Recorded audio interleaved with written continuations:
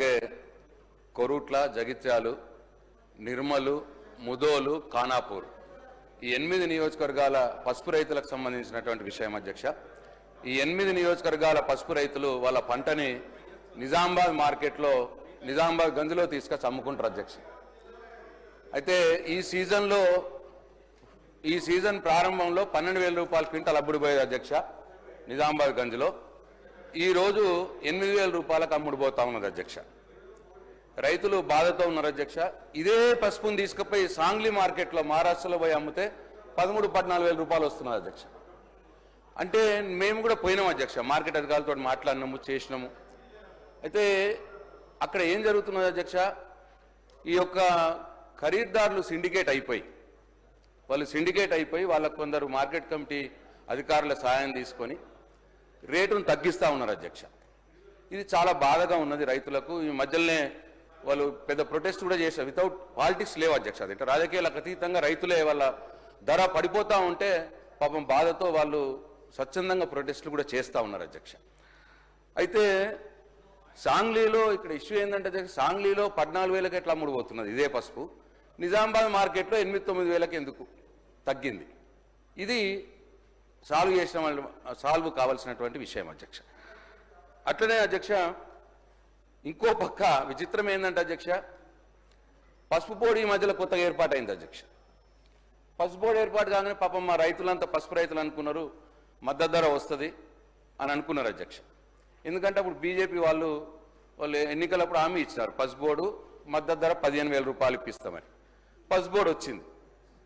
పసుపు బోర్డు లేనప్పుడు last year 16,000 మద్దతు ధర ఉండేది అధ్యక్ష పసుపుకి. ఈ ఇయర్ ఇప్పుడు పసుపు బోర్డు వచ్చినాక 8,000-9,000కి అయిపోయింది అధ్యక్ష. ఇది ఇట్లా ఉన్నది అధ్యక్ష. అయితే ఈ సందర్భంగా రైతులు ఇప్పుడు ఏం కోరుతున్నారంటే అధ్యక్ష, ఈ ఎవరైతే సిండికేట్ అయ్యి ఖరీదారులు సిండికేట్ అయ్యి రైతులని వాళ్ళు పాపం ఫోర్సబుల్గా, అంటే ఆన్లైన్ ఉంటుంది అధ్యక్ష, ఏం చేస్తున్నారు 2-3 కుప్పల్ని ఆన్లైన్ వాడుతున్నారు. మిగతాది అసలు ఆన్లైన్ ఎవరు పాడారు అందరు కూడా వలుక్కొని. పాడకపోయిన పాపం రైతు 2 రోజులు 3 రోజులు వెయిట్ చేస్తాడు. వెయిట్ చేసిగా ఎంతకు చెప్తే అంతకు అమ్ముకోవాల్సిన పరిస్థితి వస్తూ ఉన్నది. ఈ ఖరీదారుల యొక్క సిండికేట్ కుట్రల్ని వాళ్ళ మీద చర్యలు తీసుకోవాలి రాష్ట్ర ప్రభుత్వాన్ని అని చెప్పి రైతులు కోరుతున్నారు అధ్యక్ష. నేను కూడా కోరుతా ఉన్నాను. అట్లీస్ట్ ఆ సాంగ్లీలో ఉన్న రేటు ఆడ 13-14,000 ఎంతైతే ఉన్నదో నిజామాబాద్ గంజ్లో కూడా 13-14,000 పసుపు రైతుకు వచ్చేటట్టు చూడాలని చెప్పి ప్రభుత్వాన్ని కోరుతున్నాం అధ్యక్ష. రెండు ఈ కేంద్రంతో మాట్లాడి పసుపు బోర్డుతో మాట్లాడి మరి వాళ్ళు 15,000 రూపాయలు క్వింటాల్కు ఎంఎస్పి ప్రకటించే విధంగా చర్యలు తీసుకోవాలని చెప్పి కూడా రైతులు ఈ ప్రభుత్వాన్ని కోరుతున్నారు అధ్యక్ష.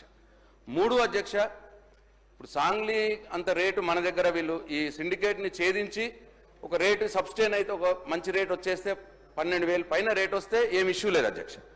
ఒకవేళ 12,000 కంటే తక్కువ ఇప్పుడు 9,000 నడుస్తూ ఉంది, 8-9,000 నడుస్తూ ఉంది. అయితే మీరు కాంగ్రెస్ ప్రభుత్వం కూడా మేనిఫెస్టోలో చెప్పినారు పసుపు పంటకు 12,000 రూపాయలు ఇస్తామన్నారు అధ్యక్ష ఎంఎస్పి.